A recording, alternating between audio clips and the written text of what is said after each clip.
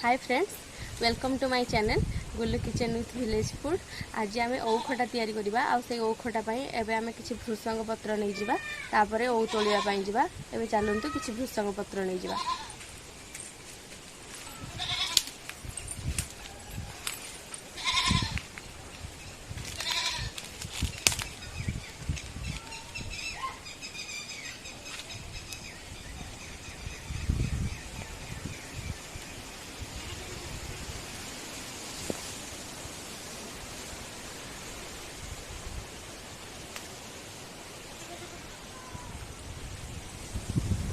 एतिकी पत्र हो जिवो। एबे औ आनिबा पई जिबा। एटा होची पान गछ आ एटा होची माटी आलू गछ। माटी आलू पत्र और पान पत्र टिके देखिबा पई एका भया। ऊपर जो पान पत्र गुड़ा होची सेडा टिके बड़ अछि, सेडा होची पान पत्र गुड़ा एगुड़ा होची पान पत्र। एटा होची माटी आलू गछ।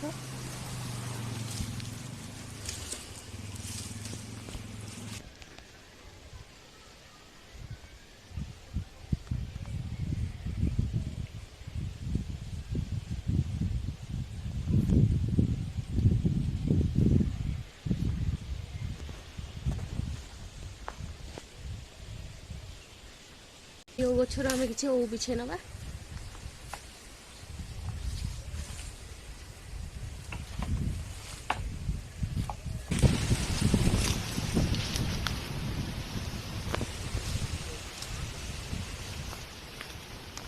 एखा दीटा औ नेलु। ए दीटा हे जिवो। ए दीटा औ को एबे आमे परिष्कार करिके काटि नबा, तापरे आपण मानकु देखैबु। एठी आमे देढ़टा औ को भलो भाबरे परिष्कार करिके काटि नेजु और धोई नेजु। देखंतु यार पछपटर चोपा भलो भाबरे छडे नेजु आ सीरो भी बाहर कर नेजु।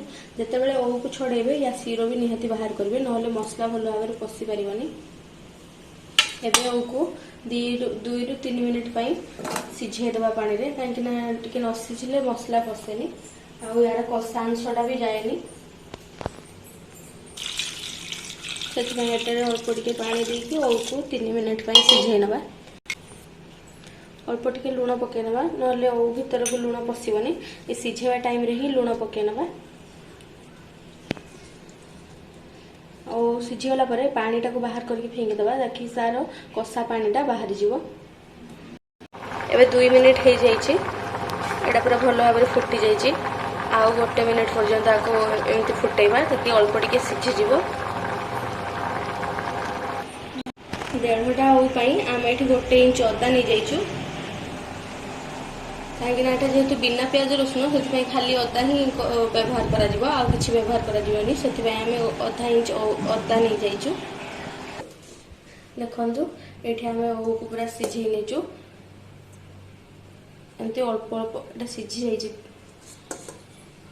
एटा पूरा सिझी जाइछि। पूरा गरम अछि, मैं देखै पारनी, हले एटा सिझी जाइछि पूरा। आ आमे अदा को एमती खंड खंड करिकी छेचि नेचु। अदा एमती खदड़ा खदड़ा रहिले औ खटारे यार टेस्ट बहुत भल आसे। आ एमती आमे 3टा भृसंग पत्र को नै जाइछु।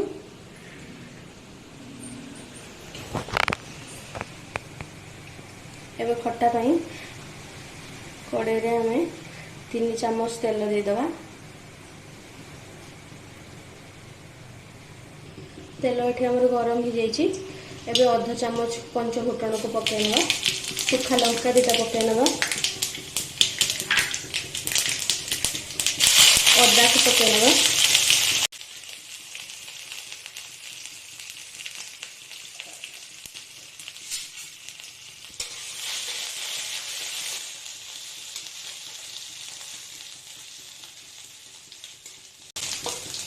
ताको एमती 1 मिनिट पई हम चले नबा।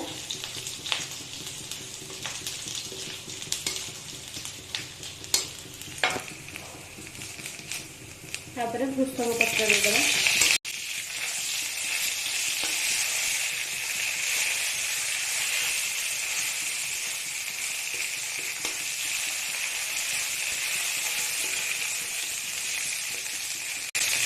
ଯେହେतु एटा बिना पियाज रसुण होती तो से पियाज रसुण व्यवहार कराଯାଉନି खाली अदा ही व्यवहार कराଯାଉଛି।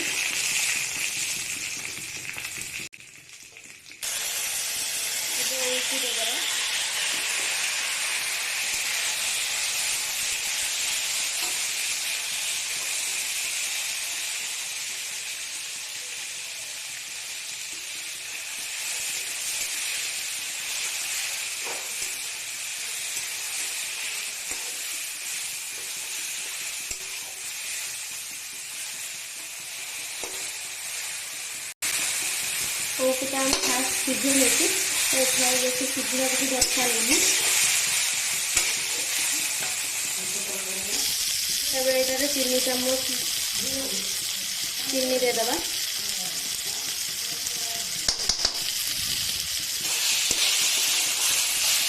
ये बिल्कुल भी पानी देवेनि, चीनी आप मेल्ट हो।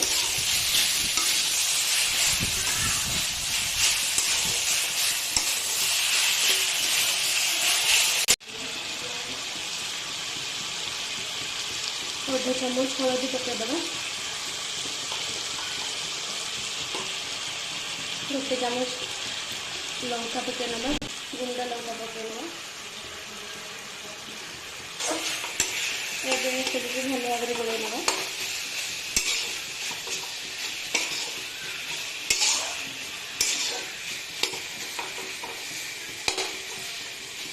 चीनी पकईकि पानी नदेले ओ भितर यहाँ भल भाव में पशिद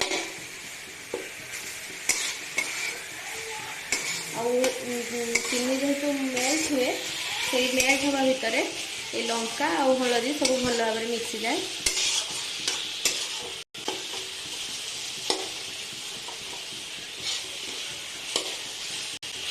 एमती ओ को बेले बेले प्रेस करने, अल्प अल्प प्रेस करने एमती।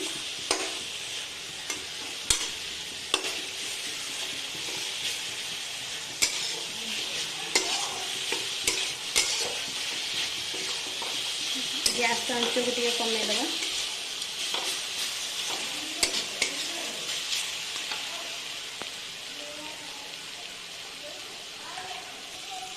अल्प टे जीरा गुंड पकईदबा।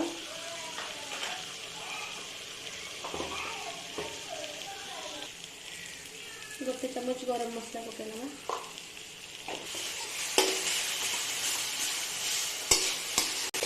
गरम मसला आमको दालचीनी और गुजरात गुंड नहींचु।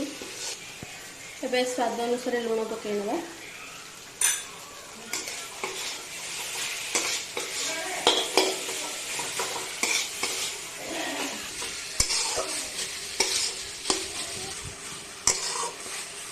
कलर देखते केते सुंदर आसीगला कहीं चीनी जिते समय एमती मेल्ट हम तार कलर से बाहर से फास्ट पानी देवेनि। चीनी आप मेल्ट होकर पानी बाहर तो आपको पानी देवाई पड़े बास खाली गैस को टे कम आंचरे रखिए।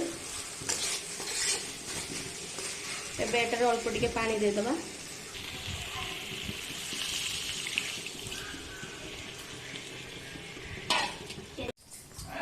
देखो यहाँ फुटी जाइए।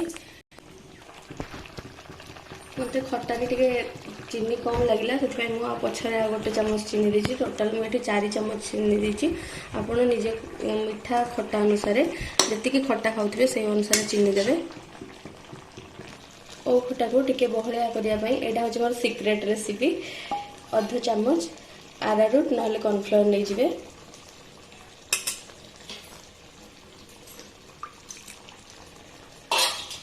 टे ठंडा पानी देदेवे। ठंडा पानी देके एमती गोले देवे और एमती देकी सांगे संगे चले देवे।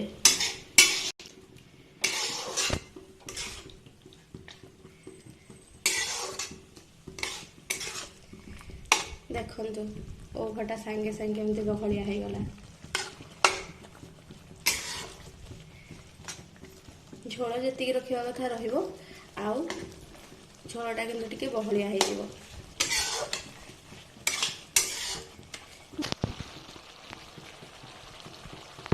झरका गोटे डालिम बही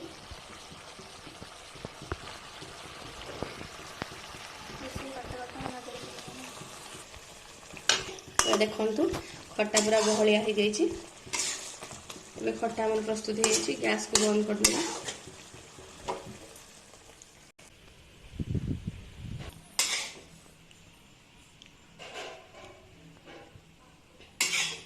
आपण एमती बिना प्याज रसुण रे ओ खटा तैयारी करके व्रत रे उपवास रे पूजा पर्व रे एमती करके खाई परिबे।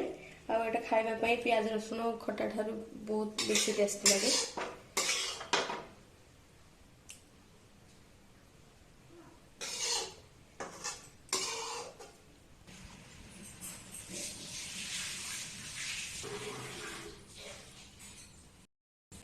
मैं टेस्ट करके कहबी केमती लागुची।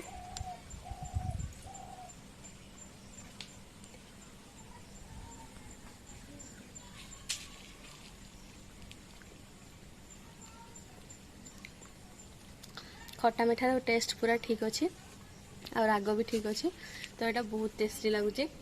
आपड़ चाहिए घरे भी ये ट्राए करेंगे, घरे निजे ट्राए करूँ आमको कमेंट रे जनातु केमती लगुच। जदि आम वीडियो आपण मानक भल लगुचे ताहले आम चैनल को लाइक शेयर कमेंट आउ सब्सक्राइब करने भूलिए। Thank you.